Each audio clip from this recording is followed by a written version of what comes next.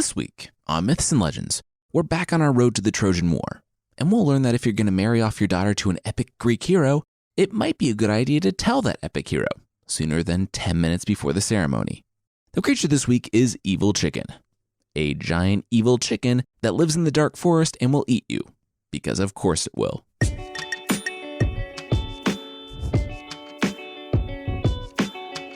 This is Myths and Legends, episode 158. Fate Proceeds. This is a podcast where I tell stories from mythology and folklore. Some are incredibly popular stories you think you know, but with surprising origins. Others are stories that might be new to you, but are definitely worth a listen. This week, we're back on the boat to the Trojan War, where Agamemnon has a problem. I mean, he has a lot of problems all the time in the mythology, but this one is pressing. When we last left the Greeks, they were recruiting for the Trojan War because Helen had absconded/been abducted by the Trojan prince Paris. About 12 years ago, when all the Greek kings, princes, and heroes were competing for Helen's hand, they swore an oath to come to the aid of Helen or her future husband. Well, cut to over a decade later, and Agamemnon decided to call all the men to honor their oaths. So they did. They gathered their people together, left their homes and lands only marginally defended, and boarded the ships to sail east. They were already not happy about being on this road trip when the car broke down, in a 13th century BC manner of speaking. On their last stop, the winds stopped, and they were stranded at Aulis. And Agamemnon, the commander of the Greek forces, knew exactly why.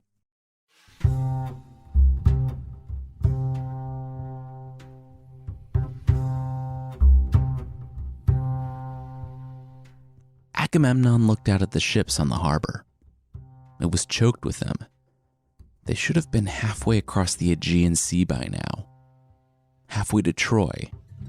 No one wanted to be here. Husbands had been taken from their wives. Fathers from their children. Fields were overgrown, untended, and undefended. It would be quick, Agamemnon had told them.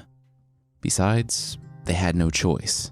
They had all sworn an oath on that day, the day that Helen chose her husband. An oath 12 years gone had gotten the men here. But would it keep them here? They had favorable winds when they stopped off at Aulis to get supplies. It was their last gasp, their last chance to feel the Greek soil before heading across the sea. It was only supposed to be a few days. That had been over a month ago. The winds had died with the deer. Agamemnon, the high king of the Greeks, had been hunting with a small party. His brother, Menelaus, the wily Odysseus, and the seer, Calchas. Agamemnon knocked an arrow and let it fly as his quarry, a boar, bolted. The arrow veered through the trees, and the four men heard the cry. Agamemnon was the first to part the branches and see the deer bleeding out in the grove. Calchas wouldn't even approach it. It was an accident. But Artemis, the Olympian goddess of the hunt in the wilderness, didn't care about his intentions. Just the deer, dead in her sacred grove. As soon as the deer became still, the winds at Aulis stopped. They hadn't started back up again. Agamemnon broke open the wine and directed them to a nearby town where he told his men to enjoy themselves. They would be taking to sea shortly. But they hadn't taken to sea shortly. The men, numbering in the thousands, were now growing restless. The wine and food, the provisions for the voyage across the sea, were running low. The warriors were growing tired with the women from a nearby village. And, well, they were warriors. They were promised glory and plunder. The only thing that would make leaving their children to watch their crops rot on the vine worth anything. Now, they were sitting at a port, looking out on a sea of glass. "You know what you have to do," Calchas said. Odysseus hung like a specter in the back of the tent. He had guessed it, even before Calchas had received word from the gods, detailing what it would take to get everything moving again. Menelaus only stewed in anger and anxiety, constantly thinking about what Helen was doing in the city of Troy. He told Agamemnon that they had made a promise, long ago, when they were nothing but exiles, to never let anything come between them. Would a king now go back on the promise of an exile? Agamemnon, who had been opening and closing the letter all night, vacillating between sending the missive back home to Mycenae and calling the whole attack on Troy off, looked into his brother's eyes. He nodded and handed the letter to Calchas, who disappeared to get it on the first messenger back. "Who is he, anyway? This Achilles?" Agamemnon asked. "Not anyone you want as an enemy," Odysseus replied, crossing his arms. "Thanks, real helpful," the High King of the Greeks replied. But then Odysseus sighed. He was getting as restless as his men, and it didn't help that, by leaving for Troy, he had all but doomed them.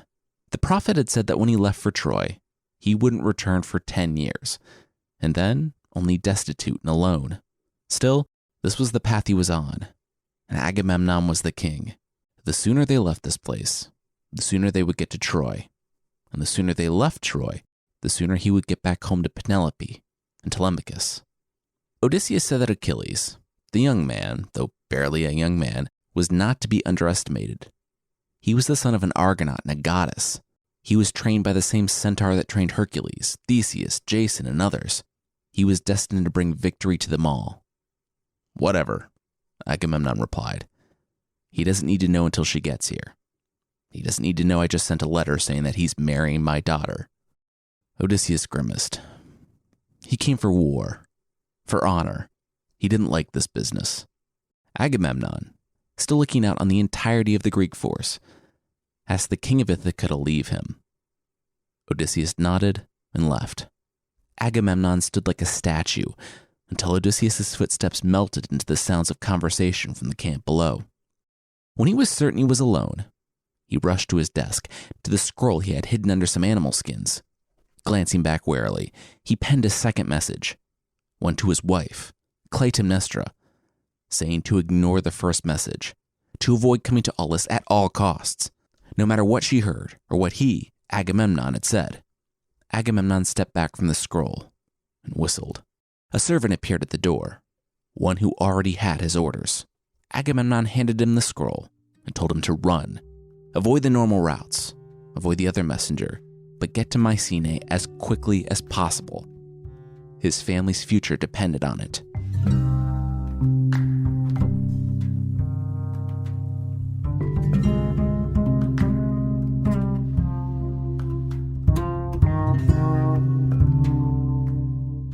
"What is this?" Menelaus demanded from Agamemnon. Days later, Agamemnon saw the scroll in his hands. He replied that Menelaus knew exactly what it was. What, was he spying on his brother now? They were all here because Menelaus couldn't control his bride. Wasn't this enough for him? What would ever be enough for him? Menelaus threw it into a nearby fire. There was more at stake here than Menelaus' honor. There were thousands of men out there. Thousands of warriors who were out for blood. They had been cramped in those ships or camping out on the beach for weeks now. If they knew that Agamemnon was putting his own family above war, these men had left families of their own. They would turn around and storm Mycenae. Everyone would die. What if it was Hermione?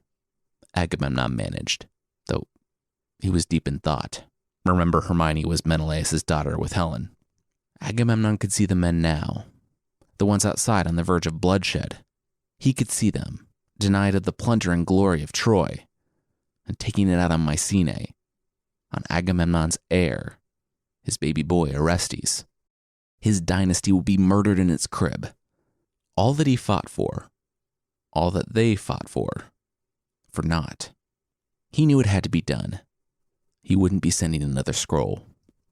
But maybe you should, Menelaus remarked. With the mention of Hermione, he realized that he had asked too much of his brother. He had asked too much of Greece. Just then, a messenger entered, but it wasn't one of theirs.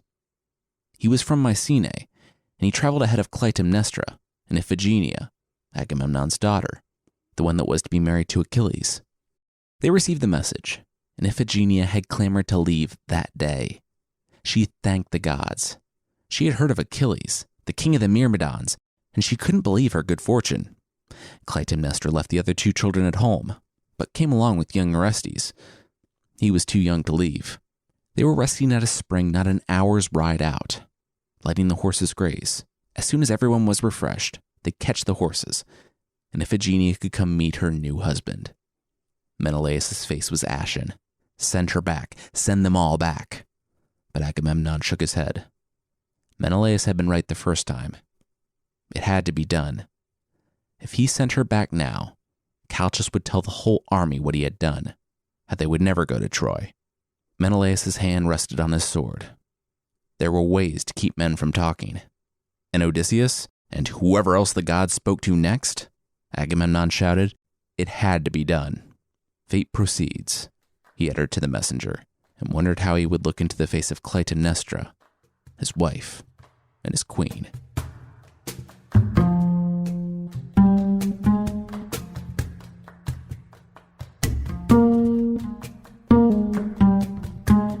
Clytemnestra watched as Iphigenia ran to her father and flung herself on the man's chest. Of all of her children, Iphigenia loved her father best. And even though he knew he shouldn't say this, he loved Iphigenia best. He had been away for a long time, and this whole thing was unexpected. A marriage arrangement on the eve of war? But Clytemnestra couldn't deny that it was a good match. A king and the son of a goddess? Achilles' name already echoed through the palaces of the kings and the hovels of beggars as one who would end the war, and Iphigenia was to be his wife. It was a good match. So why did Agamemnon look that way? Iphigenia noticed it too, and Agamemnon tried to force a smile. A man has many cares when he's a king in general too. Iphigenia leapt up and rubbed his forehead to playfully smooth his brow, telling him to be all hers for today, while she was still a girl. Tomorrow, she would be a woman and belong with her husband. Agamemnon grimaced. Yeah, that's what he wanted to think about. Iphigenia was smiling. She was leaving here without a father or a mother. She was leaving here with a husband. Sure, he was going to war and she wasn't technically leaving with him, but he was going to war led by her father, the bravest, most honorable man she knew. Of course they would win. Clytemnestra, though, eyes narrowed, handed off the crying Orestes to Iphigenia and took her husband by the arm, leading him into the tent. What is it? Clytemnestra demanded. Agamemnon looked to the ground. Her husband's going to war. She won't see him for months, years even. She's going to live in an empty palace with strangers waiting on her until he comes home. If he comes home, Agamemnon said, not looking at his wife. Clytemnestra asked when the wedding would take place. Agamemnon replied that it would take place as soon as the full moon came to give its blessing. She was to make the wedding feast ready alongside the Argive ships, and Agamemnon would see to the sacrifice. Then, Clytemnestra was to leave. Leave, Clytemnestra said. Leave her child on the eve of her wedding? Who would give her away? Who would raise the bridal torch? Agamemnon said he would do it. It didn't matter. Clytemnestra couldn't be here, though. They had more children left at home. Maidens who were left in a palace to themselves with no guard. Besides, walking among the warriors was no place for her. His queen. He expected her to leave immediately, without another word. Clytemnestra laughed. Their other daughters were safe, and Clytemnestra? Clytemnestra could handle herself. When they got married... Oh, my bad. Sorry. When Agamemnon killed her previous husband and forced her into marriage, just so they were clear, he told her that she would rule the household, and nothing more. Well, here was the place where the great king had no authority. This was her domain, and she would give her daughter away at her wedding. Agamemnon was speechless, and Clytemnestra smirked. That's what she thought. She strode from the tent.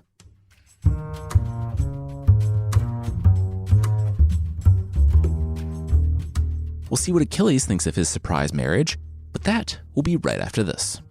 All right, now back to the show.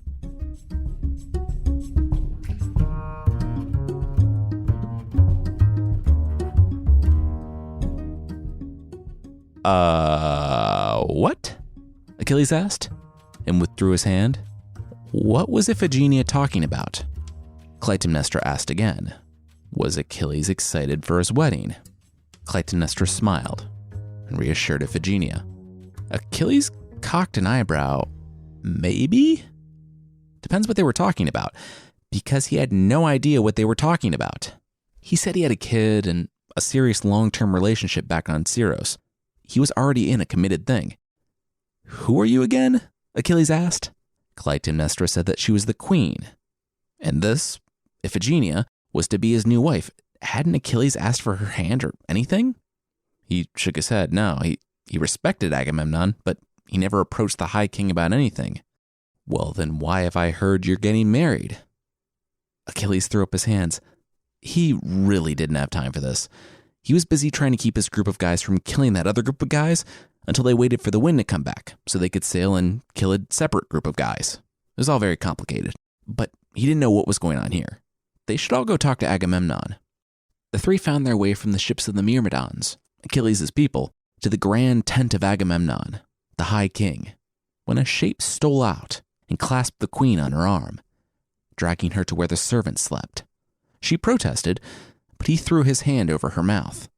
Iphigenia didn't know what to do, and Achilles kind of wanted to see where this was all going.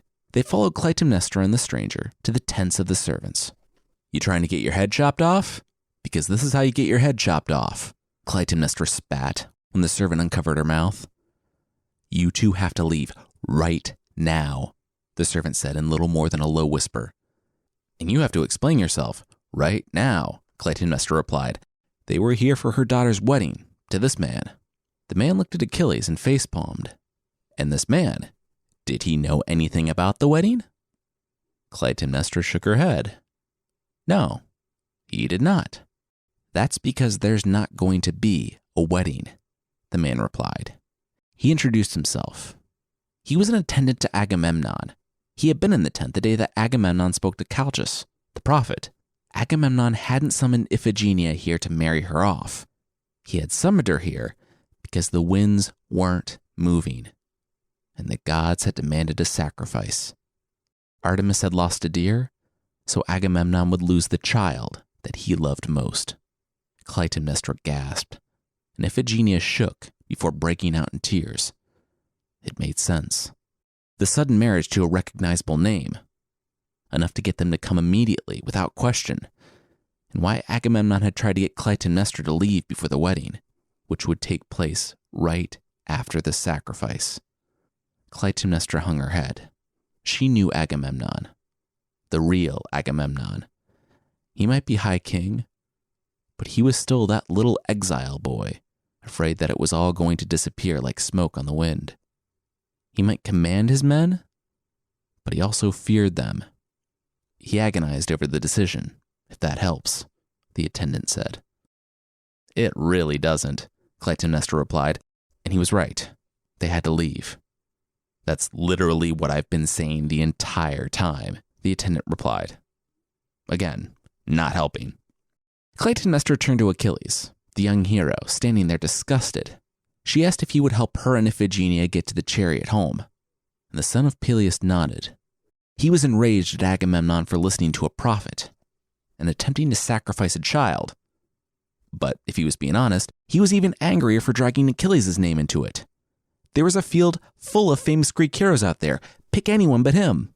Clytemnestra cocked an eyebrow. Okay. As long as Achilles was on board, she didn't care about the motivation. She asked Achilles what he needed. But Achilles paused. At the mention of Agamemnon's fear of his men and the Greek army, Achilles said he had another plan. He turned to the attendant, confirming that Agamemnon was conflicted. The attendant nodded. Really? Did he have to repeat everything? He said Agamemnon sent a second letter, telling them to stay, but Menelaus intercepted it. Achilles sheathed the sword. Maybe this wouldn't come to a fight. If he was conflicted, how much more so would he be when he saw the weeping form of Iphigenia?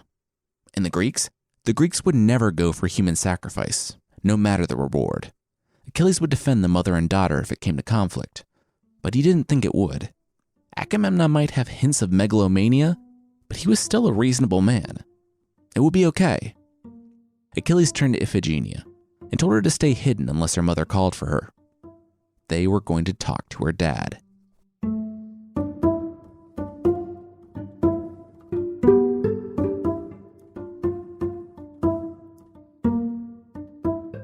Agamemnon met Clytemnestra outside of his tent with a smile. He looked at Achilles. So, the man had heard the good news. Awesome. Achilles was silent. Agamemnon turned back to Clytemnestra. saying that the sacrifices were about to be underway for the wedding ceremony. Where was Iphigenia? Clytemnestra was such a fan of customs that she just had to stay and see her daughter married. Of course, she knew that the bride and groom should be present at the sacrifices. "Oh, I'm coming," Achilles said. Cool. Not at all serious and menacing. Agamemnon called out to his daughter, but no one came. "Iphigenia, you can come out now," Clytemnestra added, and instantly the girl appeared from the tents. Agamemnon's face morphed from a strange smile to a very real frown. Why was his daughter weeping? Just hours ago she had hugged him. "Are you going to kill our daughter, Agamemnon?" Clytemnestra asked. Agamemnon, High King of the Greeks, stood frozen for half a beat, until he furrowed his brow. "What sort of question was that?" he screamed, spit flying from his mouth. Clytemnestra replied that it was a fair one. She was unflinching. Agamemnon stood there in silence, the quiet convicting him. He said that Clytemnestra didn't understand. It was an impossible choice. Either he gave up his daughter, his favorite child, or the Greeks themselves would turn on him. As Agamemnon and Clytemnestra spoke, the army of the Greeks began to circle around to hear. Agamemnon continued. It was true. Artemis demanded a sacrifice, or the men would never sail across the sea to Troy. They would be stranded here, forced to return home after months with nothing to show for the lost time. No glory, no riches, entire cities mustered for nothing. They would turn on Argos and Sparta and Mycenae to take what they saw as theirs. "And what prayer would you utter?" Clytemnestra asked her husband. After he sacrificed their child, what prayer would he utter when it was done? What would the blessing be that he would invoke upon himself as he killed his own child? Would any child of his ever face him when they learned what he did? Why did Clytemnestra have to lose when, if the Greeks won, the woman who started this, Helen, would get to return to her own daughter? It was Iphigenia's turn to wrap her arms around her father's legs and weep. She begged him not to send her, but if it must be her, to kiss her one last time on her forehead, that she may carry it with her when she meets death. Agamemnon stepped back. It had to be done. He was the king. He had to do it for Greece. With that, he stepped back into his tent. He could give the order, but that was about all he would do. He wouldn't watch it be carried out. Achilles then stepped forward, looking out on the host of Greek warriors that surrounded him. He said that he had more faith in his fellow soldiers than Agamemnon. Prophets were, at best, men who, with any luck, told the truth sometimes. He knew that the Greeks were better than to demand a child be sacrificed so they could go to war. If the wind didn't pick up, they would row. And no matter what obstacles the gods threw in their way, they would overcome them, because they were the Greeks. But Achilles never really got to finish that sentence. The rock that smashed into the temple of the mythological king made sure of that. The Greek host, it seemed, did not share his sentiments. When Achilles rose, blood flecks on his tunic, he drew his sword and looked in the direction from which the rock had come. But then he lowered his sword.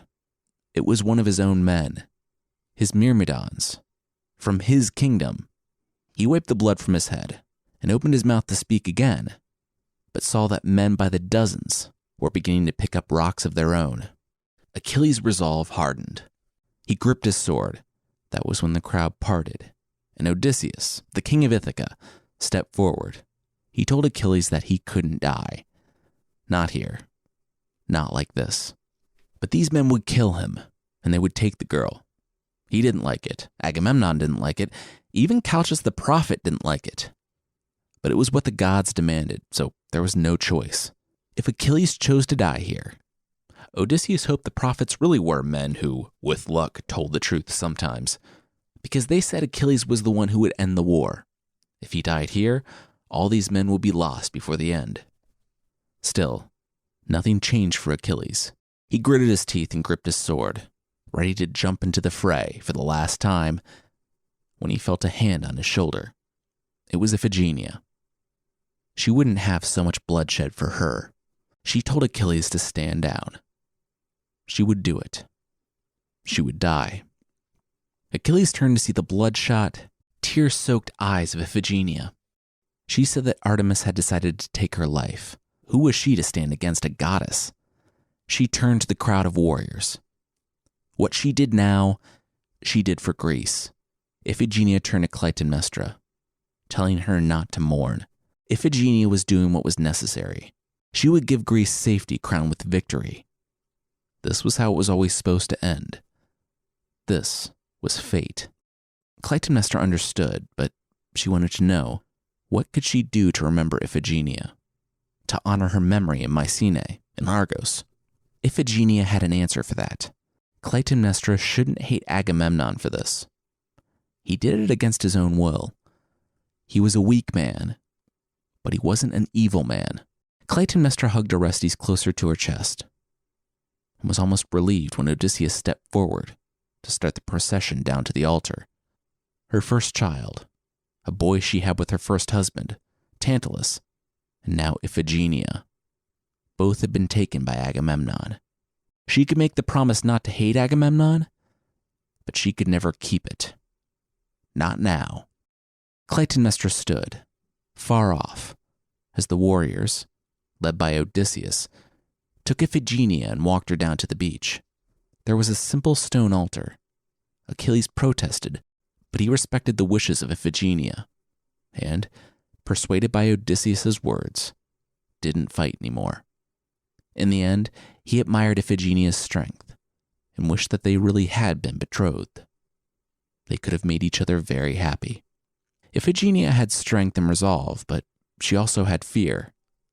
As they lowered her head to the altar, and as the priest took up the axe, Iphigenia trembled, and even the most determined Greek warrior's resolve nearly broke.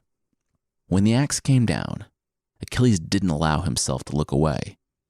This was the cost of war, of glory. Odysseus sighed, thinking of his own child, and wondering if he would have been able to do the same. Clytemnestra shuddered as the sound of the axe echoed through the camp, and she boarded a chariot for home, one that she had ridden out on with 2 children, but on which she now left with just one. Agamemnon was alone. He had excused himself to an isolated spot on the hill to weep away from his men. Everyone, though, felt the wind. The instant the sacrifice was completed, the wind picked up for the first time in months. A westerly, one that, with some luck, would take them straight to Troy. There would be no feasting that night, just solemn remembrance of a brave young woman and a fear of what else they might have to sacrifice before the end.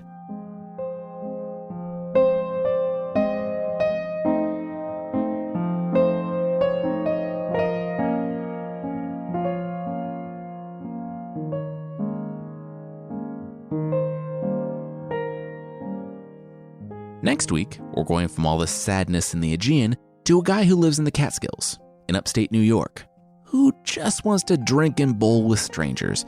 Is that really so much to ask? For his wife, who tends their farm, and his children, who he's supposed to be supporting, yes, it is. If you'd like to support the show beyond telling a friend or leaving a review on Apple Podcasts, there's a membership thing on the site. For less than the price of a cardboard cat condo, a series of boxes for your cat to play in, you can get extra episodes, source pack ebooks, and ad-free versions of the show that are not just Amazon shipping you boxes in much larger boxes. Check out support.mythpodcast.com for more info on the membership.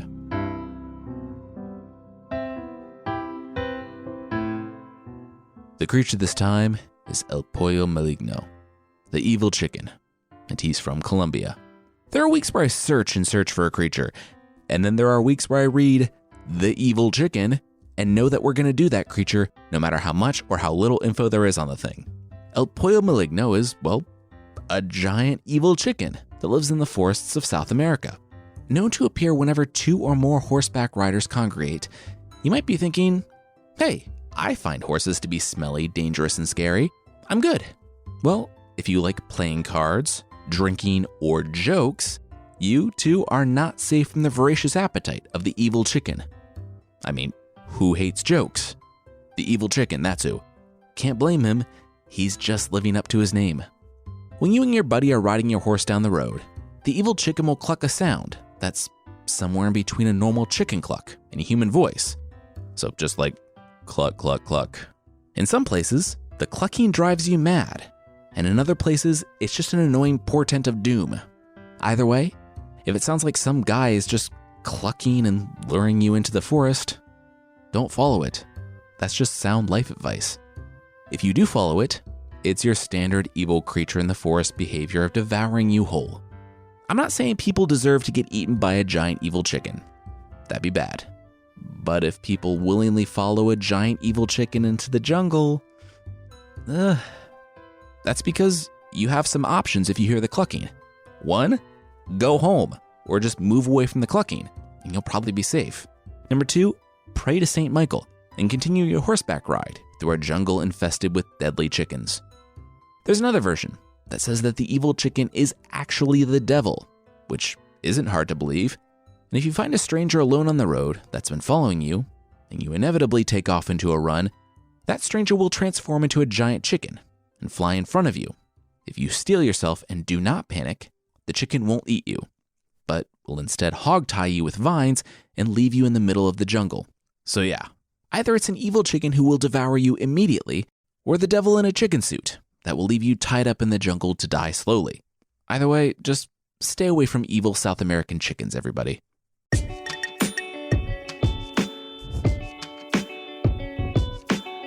That's it for this week. Myths and Legends is by Jason and Carissa Weiser. Our theme song is by the band Broke for Free, and the Creature of the Week music is by Steve Combs. There are links to even more music in the show notes, and I want to say thanks again to SimpliSafe for sponsoring us this week. SimpliSafe makes home security easy, with no contract, hidden fees, or fine print. For just $15 a month, you get 24/7 professional monitoring throughout your home. And SimpliSafe uses their revolutionary video verification technology to visually confirm that break-ins are happening, allowing police to get to you 3.5 times faster. Visit simplysafe.com/legends and you'll get free shipping and a 60-day risk-free trial. That's simplysafe.com/legends. simplysafe.com/legends. Thank you so much for listening, and I'll see you next time.